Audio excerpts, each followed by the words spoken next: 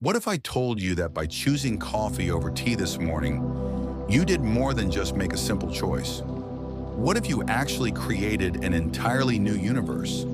It sounds like science fiction, but it's a mind-bending idea at the heart of one of the most provocative interpretations of quantum mechanics. It suggests that in another reality, a version of you is right now sipping tea, living a life just a little different from yours. This isn't a fringe fantasy. It's a serious proposal called the many worlds interpretation. Proponents like physicist Sean Carroll argue it's a logical extension of the laws that govern our universe. The theory doesn't just suggest parallel worlds exist. It proposes they are being created constantly with every quantum interaction, everywhere. And the most startling part? The person who made the other choice, the one now living in that parallel reality, is just as real as you are.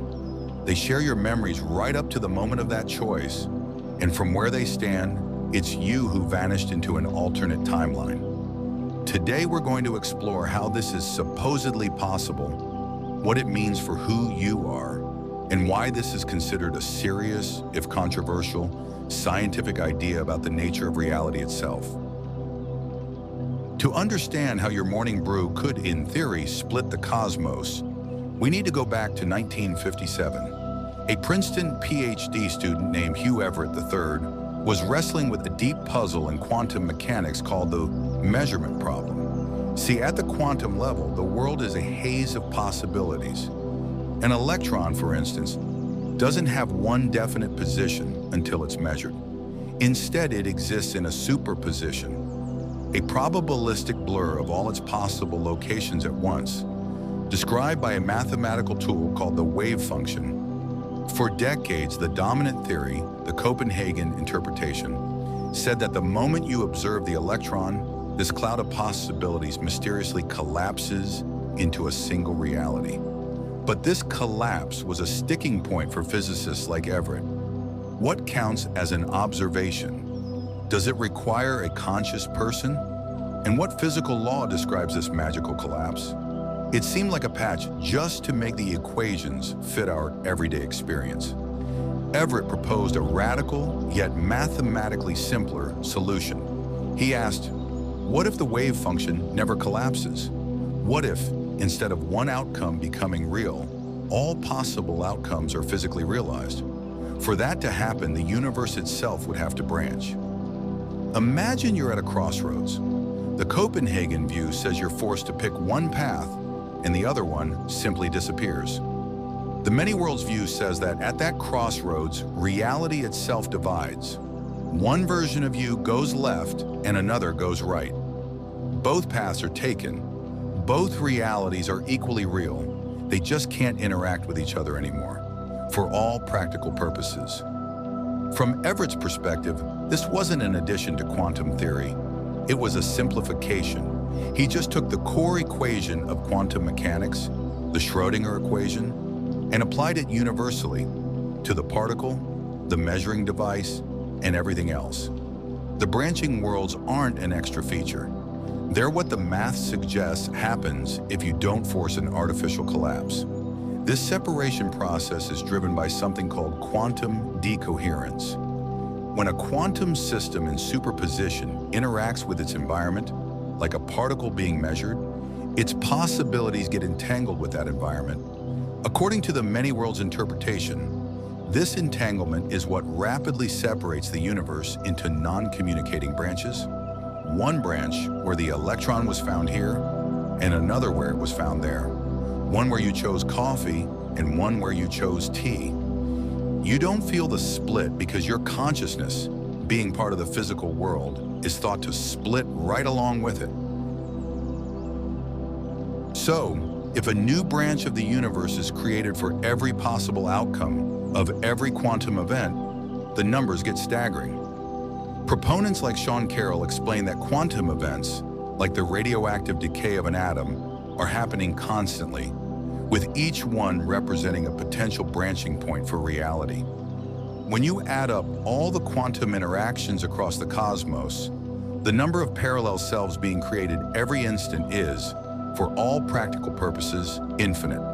This shatters our familiar notion of a single, continuous self. What is you? Are you the sum of all your parallel lives? Or are you just this one instance on this one branch of an infinitely branching tree? According to the theory, the moment a split happens, the two versions of you are on separate paths with distinct futures. The you who chose tea this morning will have their own unique experiences and make their own choices, branching off into their own set of parallel selves. They share your past, but their future is their own. You can't communicate with them or know what they're experiencing. From their perspective, they are the real you, and you are just a ghost in a parallel world they can no longer access. This brings up a deep philosophical question about identity. If every quantum possibility creates a new you, who is the author of your life story? The many worlds view suggests that your total self might be a vast, branching entity that contains every possibility. The you that you experience is just one path through this multiversal labyrinth. And what about free will? In a strange way, some argue this idea reframes the concept.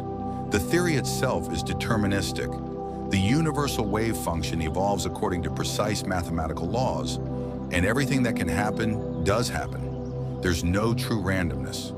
But from your subjective viewpoint within a single branch, your choices are incredibly meaningful. They act as a guide, determining which branch of reality your consciousness follows. You don't create the paths, but your decisions seem to select which one you walk. The many worlds interpretation is, without a doubt, one of the most mind-bending ideas in science, and it comes with a lot of misconceptions. First and most importantly, this is not a theory about traveling between universes. The same mechanism of decoherence that is thought to create the branches also ensures they are sealed off from one another. So you can't build a machine to visit the you who became a rock star. Those worlds are, for all practical purposes, causally disconnected from ours. Second, a common criticism is that the theory is wasteful or unscientific because it posits an unseeable, infinite number of worlds. Proponents like Sean Carroll argue the opposite. They see many worlds as the most minimalist interpretation because it doesn't need to invent a special, unexplained mechanism for wave function collapse. It just follows the existing math to its logical conclusion. The worlds aren't an add-on. They are a proposed consequence of the math itself. But the biggest unresolved question is about probability. If all outcomes happen, why does it feel like some are more likely than others? If a quantum experiment has a 75% chance of outcome A and a 25% chance of outcome B, many worlds says both happen. So where do those probabilities come from? One of the leading ideas is that the branches have different mathematical weights or amplitudes. While both worlds exist, you are statistically far more likely to find yourself on the 75% branch. Mathematically proving why this should be the case, known as deriving the Born rule, remains an active and incredibly complex area of research. The many worlds interpretation is not a proven fact. It remains an interpretation, one of several competing ways to make sense of the deeply weird rules of the quantum realm, alongside others like the Copenhagen interpretation in Bohmian mechanics.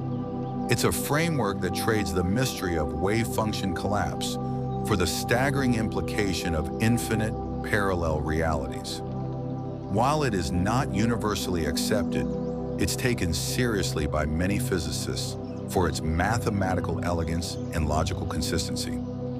So, what does this idea mean for you, living this particular life? It suggests that every moment is a creative act. It paints a picture where every time you follow a path, you aren't destroying the alternatives. You are simply navigating to a specific version of reality, while other versions of you explore the roads not taken. In this view, there's a version of you that took that job and a version that didn't. A version that said, "I love you," and a version that stayed silent. Each of those selves is living out the consequences of their choice, just as you are. Your life isn't a single thread. but one path in an infinitely branching tapestry. And while you can never see the other threads, this interpretation tells us they are all real, all part of the grand, sprawling, and utterly astonishing nature of what it might mean to exist. If this exploration of reality has expanded your mind, consider subscribing for more journeys into the deepest questions of science, and let us know in the comments. If another version of you branched off this morning, what different choice do you think they made?